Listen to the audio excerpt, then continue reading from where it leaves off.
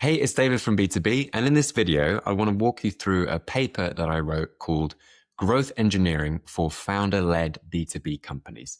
And this is designed to help you stop relying on referrals and build a client acquisition machine.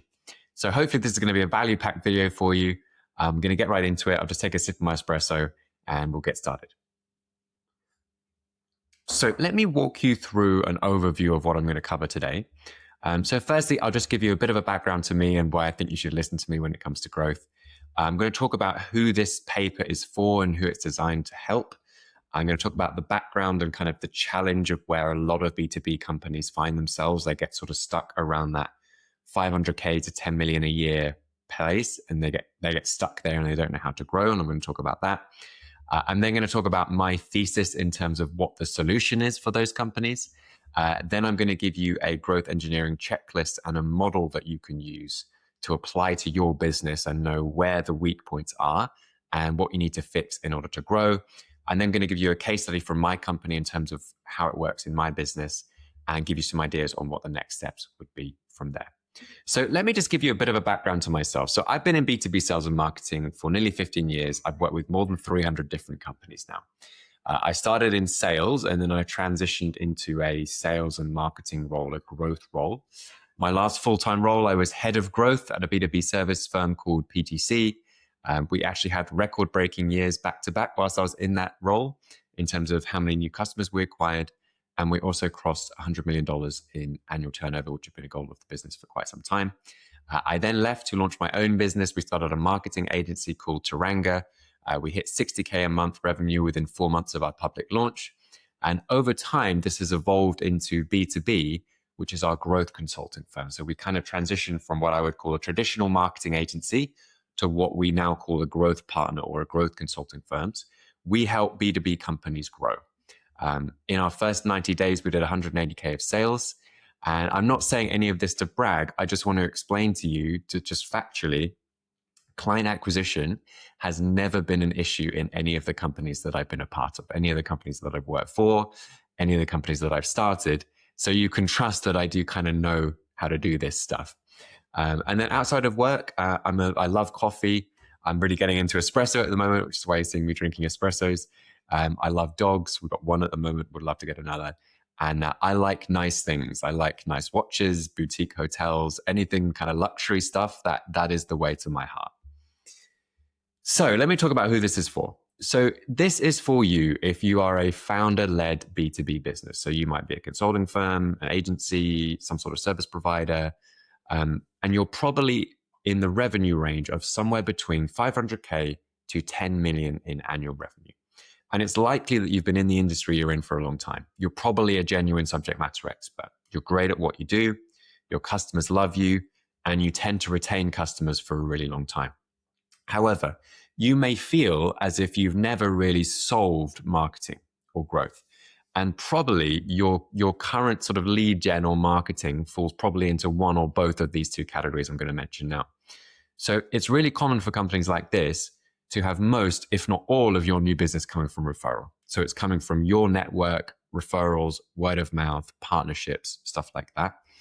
And or you might be overly reliant on one demand capture lead source. So this is really common, for example, to have SEO or Google Ads, where all of your customers are coming from SEO and Google Ads or referral or both. And you can generate leads from people who are in market, right? People who are searching in Google, but you're not able to create customers of your own. And so the quality of the leads is a little bit patchy. You're not confident to scale up that system. And my guess is you have tried lots and lots and lots of marketing activities. You've tried redesigning your website. You've tried LinkedIn outbound messaging using Dripify or something like that. You've tried SEO. You've tried paid ads. You've tried doing thought leadership, and none of it has really worked. You probably hired a couple of different marketing managers at this point. You've probably hired a bunch of agencies. You've probably tried working with consultants, and none of it has really led to the result you ultimately wanted, which was to grow your business. In our company, we call this doing marketing and not growing. So if you're reading this and that resonates with you, then I'm sure you can relate. So I want to explain why this happens. The core problem, and I've seen this time and time again with lots of companies that I've worked with, which is the core problem here is there's quite a big difference between marketing and growth, that they're not the same thing. So in my opinion, marketing is quite one-dimensional. All you're really doing with marketing, and the way to think about it, is you're getting traffic, you're getting attention. So you're going to create content, you're going to run ads, you're going to put on events, and so on and so on, with the purpose of attracting eyeballs to your company, attracting eyeballs to your offer. And it makes sense that you think this would be the next step for you in your business. Like, you've been around a while, you're obviously great at what you do. And so you kind of feel, if more people were just aware of what we do, then we would grow. But it never really works like that. And the reason it doesn't work like that is that it fails to take into account that we need to work on the things that we're drawing awareness to. So one really important part that I talk about a lot, and if you've seen any of my content, you've heard me talk about this, is this idea of market resonance or narrative. So do we have a message or a narrative that deeply resonates with our audience? So I call that market resonance. I think it's the most important part of any growth campaign. If you don't have that, then any amount of marketing is not going to help you grow, because you're just getting attention to something that's not resonating with your target customers.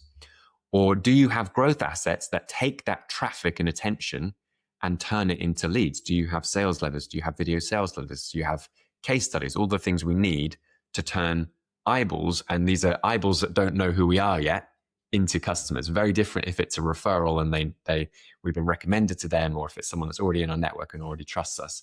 Someone who doesn't know who we are, they're going to need a growth asset to turn them from traffic into leads. Do we know how to turn those leads into customers? Is our pricing optimized? Is our offer optimized?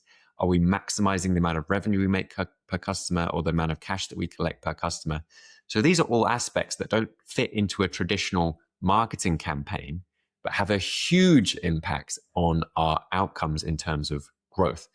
I could come into a company today and the only thing I would do was change their pricing, and it would have a huge impact on growth. And I've kind of not done any marketing in that sense. So if you can't answer these questions I've just gone through, or questions like them, we're not ready for a marketing campaign. All the eyeballs and the traffic might be wasted. So what we need to do is engineer a growth machine first, and then we open the floodgates with our marketing, right? So in summary, marketing is tactics. It's how do I optimize my content for LinkedIn or TikTok or YouTube? And growth, in my opinion, is about engineering a system that drives revenue and profit for our business. Very different things, in my opinion. And this is why all of the marketing activities you've done before have tried and failed. They're only a small part of a wider growth system. So the solution for companies like yours in this state is to stop thinking about marketing and focus on growth. So rather than worrying about which is the best CRM to use, which is the latest content strategy on LinkedIn that all the gurus are talking about, we need to build a growth machine, right? And in my opinion, a growth machine has 4 key components. And let me walk you through those now. So number one, and probably the most important, is market resonance, or market message, or a narrative that resonates with your audience. So I've said this already. I believe this is the most important part of any growth system. If we don't have this, then, it's not going to work. It's the foundation of everything else is built on. And without it, all of your marketing activities will feel like hard work. So if marketing feels like hard work for you, it's probably because you haven't found market resonance. If you have found resonance, it starts to feel quite effortless, almost inevitable that you'll grow. And that's a really nice feeling when it comes to growth, trust me. So once we have a message that resonates, the next piece is we need growth assets that summarize that market message, summarize that narrative, and turn cold traffic, i.e. people who don't know who we are yet, and take that cold traffic and turn them into warm leads, i.e. people that will buy from us, potential buyers. So we call these assets because once we have them in place, they can generate consistent returns for our business for many years. There's companies where I've helped them with landing page copy or case studies or something like that. And that might be 4 or 5 years ago, and they're still using those same case studies today because they're consistently generating returns for them. So then you've got your growth assets. The third piece is a demand building engine, or traffic. So this is taking our message and taking it out into the world and getting attention. So this might be creating content, on platforms like LinkedIn. This might be running ads. This might be doing SEO. This might be putting on events. This is what most people think of as marketing. Like I said, it's just one part of the growth machine. And it's designed to drive traffic and attention towards our growth assets. And then the final piece of a growth engine is a lead conversion or a sales system. So once the traffic and demand system is generating us consistent leads, the combination of the traffic and demand with our growth asset is is generating consistent leads. We're getting high quality leads coming to us. Now we just need a great system to turn those leads into paying customers. So we need to optimize our offer and how we position it. We need to optimize our pricing model so that we're maximizing the revenue generated from each customer. We also need to optimize cash collected for each new customer. So for example, if we're running ads, we want to make sure we're collecting as much cash as we can early on in the engagement to liquidate the cost of acquiring that customer. And ideally, we structure a system where each new customer that you acquire pays for the next customer that you acquire. And if you can do that, you've basically unlocked unlimited scale for your business until you hit some operational bottlenecks, right? That's a very good place to be, trust me. The majority of the companies I speak with have some aspects of what I've just walked you through. So they have some aspects of this 1, 2, 3, 4 list that I've just walked you through. But it's quite common to not have the whole system. And in 99% of the time, that's why they're not seeing growth. So they might be great at generating traffic, but don't have a narrative that resonates. Or they might not have growth assets that turn that traffic into leads. Or they might be great at generating leads, but they're not good at closing them. They don't know how to do sales.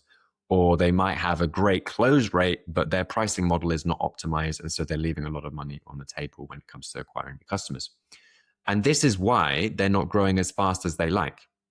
It's a bit like an assembly line at a car manufacturing plant, right? So, if you go to the Tesla plant, there's lots of different stations where different things happen. And even if 1 or 2 of those stations are not performing properly, you're not going to end up with the Tesla at the end of the assembly line. And that's kind of the issue here is if 1 or 2 pieces of the puzzle are not in place, then you're not going to end up with the result you want, which is ultimately growth. And that's why they end up speaking to me, because I help people with growth and I'm a growth consultant. So once we have everything in place and we've dialed in our key metrics, and I'll talk about that more in a moment, we now have a growth machine, right? Once this is working, it is basically a money-making machine, right? We put $1 in on one side and we typically will get 3, 5, or 10 or more on the other side. And at that stage, you can basically buy as many new customers as you want because it's a profitable engine, right? You just reverse engineer. This is how much it's costing us to acquire a new customer. This is how many new customers we want. Let's just buy that many customers. Obviously, it's not quite that simple, but it is pretty much that simple. And client acquisition no longer becomes a bottleneck in your organization. Now, as a side note, this is where you start to have a bunch of other problems. So don't expect your problems to go away, but they tend to be good problems. So for example, we have this in our business right now, which is finding enough sales time to speak with customers that want to work with us. We just don't have enough time to speak with all the people that want to work with us. Or actually operationally, you want to make sure that you can deliver the work that you're winning, which becomes more difficult in sort of service businesses or agencies or things like that. So I prefer to have these problems, the good type of problems, than the problems of not having enough demand and not having enough new customers and not having a good pipeline of new business. So I prefer those problems. I don't know about you. Right, let me now walk you through how we actually do this with the growth engineering model. There's quite a lot to cover here, but I think this will be really valuable for you. So you can use this model to determine where your business is right now and which metrics you need to improve to unlock growth. So we've got our inputs. These are the things that we can control. And then we've got the outputs that naturally come from the inputs. And then our sort of big, most important metric is this idea of lifetime gross profit to customer acquisition costs.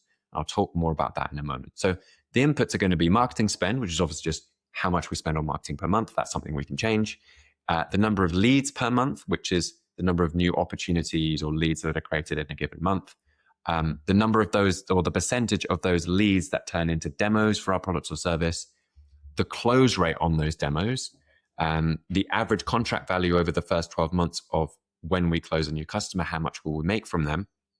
And then the gross profit margin, which is basically what we have left over once we have paid to deliver the service from the previous metric. Now, these inputs are what we can control.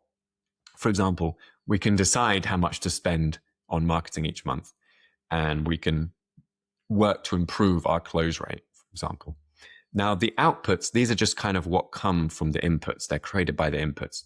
So that's how much it costs us to acquire a lead, a cost of a demo, the number of demos we're getting per month, the number of new customers we're acquiring per month, how much it costs us to acquire a new customer, and then the new profit on that new revenue that we've just acquired. So these are all created by the inputs, right? So for example, the number of demos per month is created based on the number of leads multiplied by the percentage of lead to demo ratio. Pretty straightforward. Hopefully you're still following me. Now, finally, I want to get to the most important metric, which is lifetime gross profit, or 12-month gross profit is another way to think about this, over customer acquisition cost. So it's a ratio. This is the most important metric. In simple terms, it's for every dollar that we spend on acquiring customers, how many dollars of gross profit do we get? Really important metric to know in your business. For our partners, the companies that we work with to help them grow, we aim for a minimum of 3, meaning we have a minimum of $3 for every dollar that we spend on customer acquisition costs. So that's $3 of profit for every dollar that we spend on customer acquisition cost. And obviously more than that is better, right?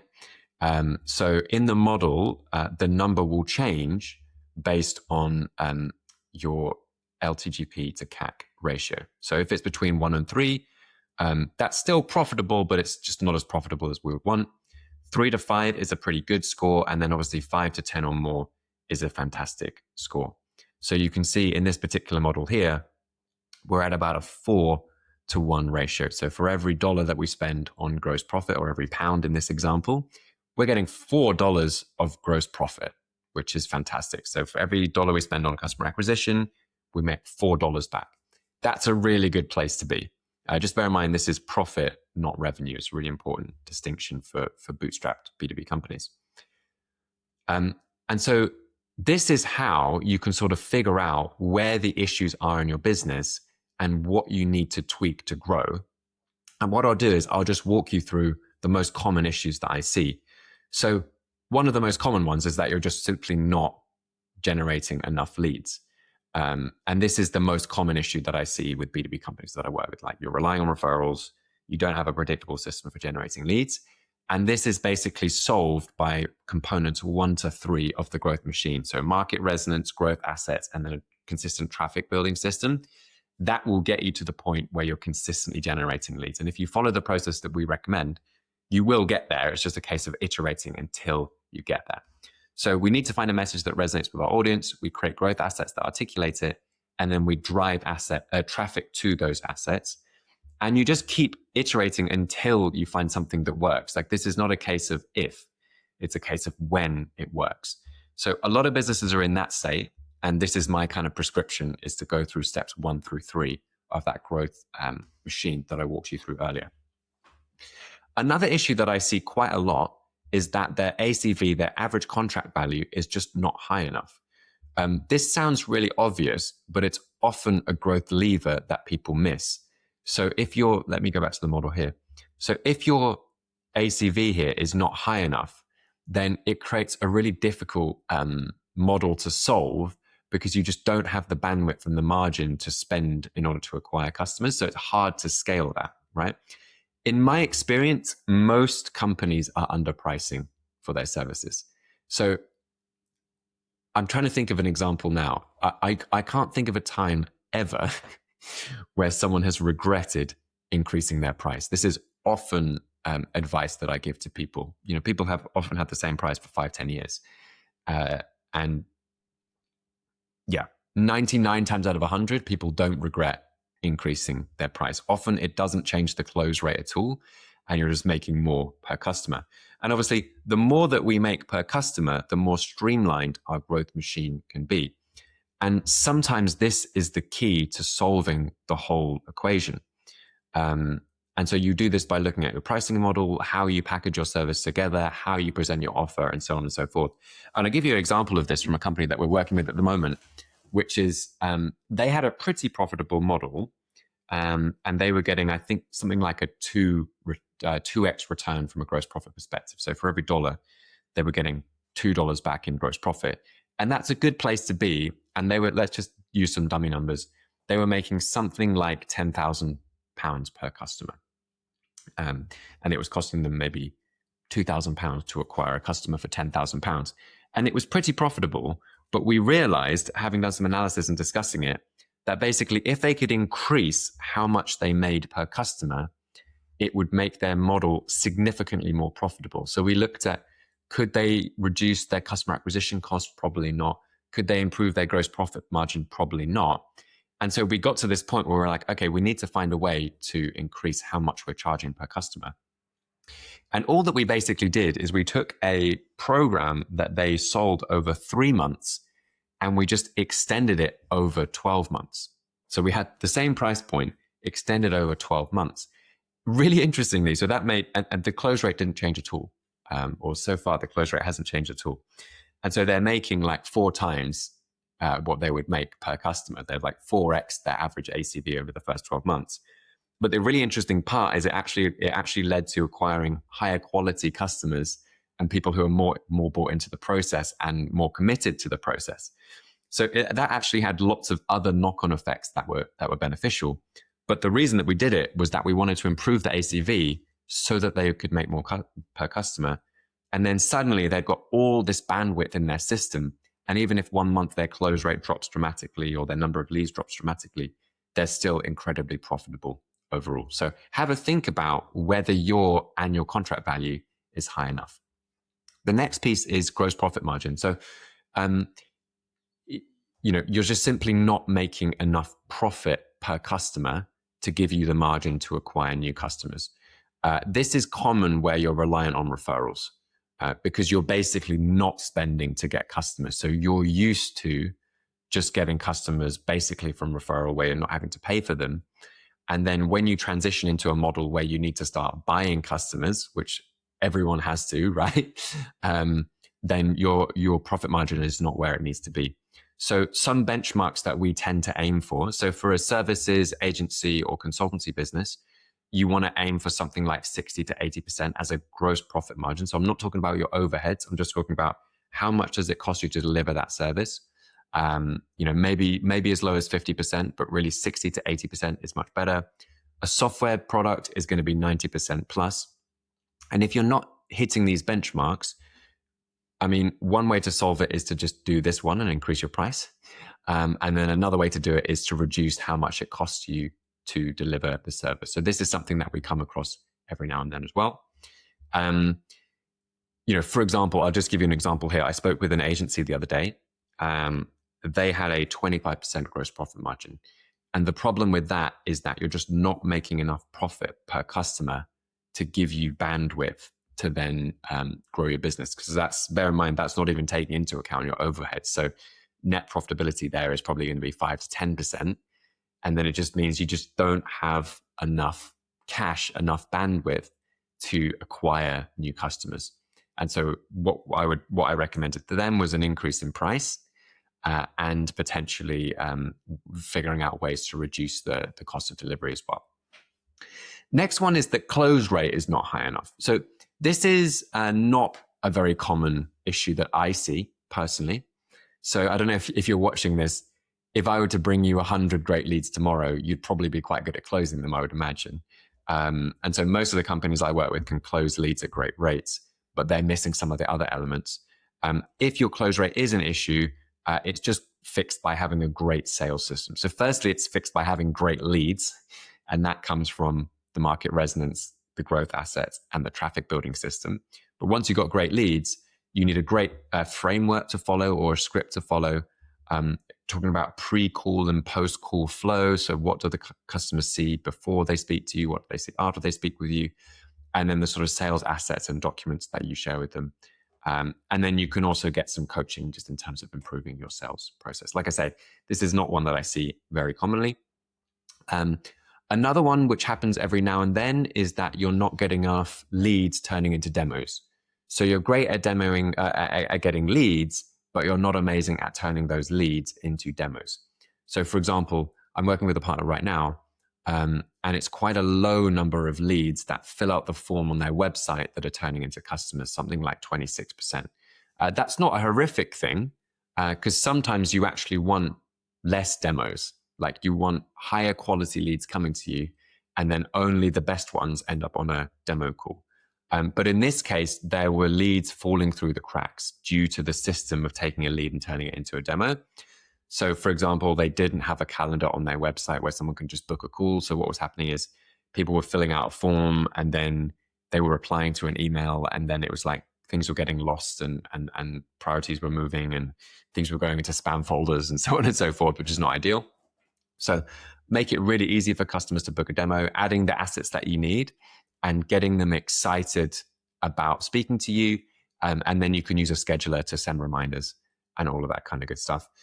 As a side note, you don't need to always improve your lead to demo rate. Sometimes you just need more leads. So sometimes all you need in practice is just more leads coming into your business. So just in closing, I want to show you a case study from my company, and this is literally from last month. So that is from March 2026. You could argue in some ways that the month isn't actually fully closed yet because we're still working on speaking to companies that could potentially end up closing and working with us. But what I wanted to do is just give you a real live example of this. And this is not sugar-coated. This is just literally exactly what happened in my business last month. Funnily enough, it's actually not the best outcome, but I think that's actually a better example for you because it shows how I think about this and what I think is important and what we might change and what we might tweak moving forward. So the inputs from our business last month, we spent about £13,000 on marketing. That's total across people. So we have a few people that work within our marketing team. We have ad spend. We spend quite a lot of money on LinkedIn ads currently. And then the third piece is we've got some video editing and stuff like that we pay for. So that's all of our marketing costs all in one line item. That got us 270 leads. Now we have a 6.3% conversion from lead to demo. That's partly because of the way that we track leads and the way that we think about leads is a little bit different to normal, albeit I would want that number to be higher, more like 10% or something like that. The close rate was 17.65% in this month. That is a lot lower than normal. Typically, we'd see 25 to 30% is kind of our average close rate. I think if we look over the last 12 months, it's something like 27% is our average close rate on deals. So much lower than it normally would be last month. ACV was 15.9K. So on average, we made 15.9K from each of these new customers that work with us. And we have a pretty good gross profit margin. We estimate it at around 80%. It might actually be more than that, but I think that's a good kind of conservative estimate. So in our business last month, it cost us £50 to acquire a new lead and £778 to have a demo that showed up. So we booked a few more than this. A couple of them didn't show up. And we generated just 3 new customers in the last month, which again is slightly less than we would probably aim for. So at the moment, it cost us 4.4K to acquire a new customer. Having said that, if every customer is you're making 15.9K on average, then that's still a pretty good return overall. And you can see our new revenue from that month was just shy of £50,000. So that's about $60,000, something like that. And our gross profit to customer acquisition cost was 2.88. So this is still good, right? We're still making $2.80 for every dollar that we spend on our marketing system in gross profit. So that's still a pretty good return overall. I think most companies would be pretty happy with that. But for me, I want that to be a minimum of 3. And most months we would see that as 5, 6, 7, 8, 9. Sometimes we've been as high as 10. But I just wanted to give you a realistic month from our business. Why not just pick last month? Just to show you that what this looks like. It's not that every month is perfect, but either way, because of the way we set up our system, even in a month that's not perfect, we're still getting really good returns overall. And for example, if I just pull up the actual model here itself, let's say, for example, that our close rate was more like our average close rate, which is about 27%. Oh, that's not right. Let me change that now. Then now we're closing 4.6 customers, and we've got a 4.41 return on each dollar that we spent on our growth and marketing. So instantly that's become a lot more attractive. And then if we look at our lead rate here, so let's say this is more like 10, which is where we want it to be. Now we're at 7. So small changes to your inputs, or relatively small changes to your inputs, can have a big difference on your outputs here. And that's why you expect it to fluctuate on a month-by-month basis. And like I said, even in this month, which wasn't a great month, let's be honest, we still got great returns on our growth system. And this is all, bear in mind, new revenue. It doesn't take into account renewals, existing customers, renewals and existing customers and all that kind of good stuff. Don't know why the word went out of my head there. So hopefully that's an interesting exercise for you. I recommend you do this for your business. So in terms of next steps, I know I've covered a lot today. What I would recommend is go through that growth engineering model for your business. So go through this process here for your business, figure out what your metrics are, and then determine which numbers or inputs are weak, and have a go at fixing them. Think about how you can improve those metrics. Please feel free to DM me on LinkedIn or send me an email. This is my email, David at B2B. If you want a copy of the spreadsheet that I use to make the calculations, or if you just have any questions or anything that you think I can help with, I'm always happy to have a back and forward on LinkedIn, send you some voice notes, etc. And then if you want help growing your business, if you go to our website, you can book a call with us and we'll have a chat about your business and see if we're a good fit to help you grow. Hope this has been a useful video, and I look forward to seeing you in the next one.